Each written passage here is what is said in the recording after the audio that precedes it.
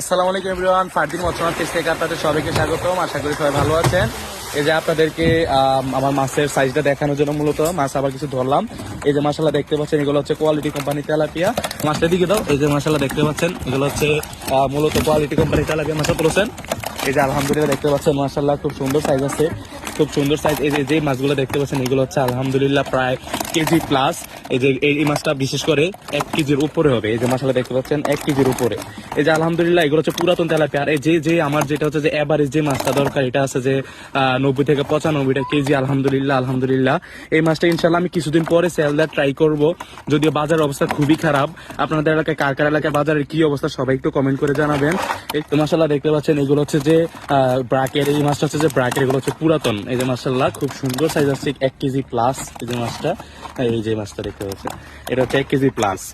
এইভাবে কিন্তু আমার হচ্ছে মাছটা এবারে যে 90 থেকে 95 ইনশাল্লাহ হবে। এই যে মাছগুলা, এগুলো হচ্ছে সব কোয়ালিটি কোম্পানির। আপনার যাদের মাছ আছে আলহামদুলিল্লাহ খুব সুন্দর। এখনো শীতকাল, তারপরে মাছের খাবারের চাহিদা আলহামদুলিল্লাহ খুবই ভালো। এই যে মাছটা দেখতে পাচ্ছেন, আলহামদুলিল্লাহ খাবারের চাহিদা আছে ভালো, মাছ ভালো খাবার খাইতেছে। যদি আপনার মাছ খাবার খায়, যদিও যদি বিক্রির উদ্দেশ্য থাকে, তাহলে আপনার মাছকে খাওয়ানোর চেষ্টা করবেন। না হলে মাছ শুকিয়ে যাবে, মাছ শুকাইলে পরে বিক্রির সময় লস খাইতে হবে। তো আপনার যারা পেজে নতুন আছেন অবশ্যই পেজটাকে ফলো করে দিবেন। আর সবাই ভালো থাকবেন। আসসালামু আলাইকুম।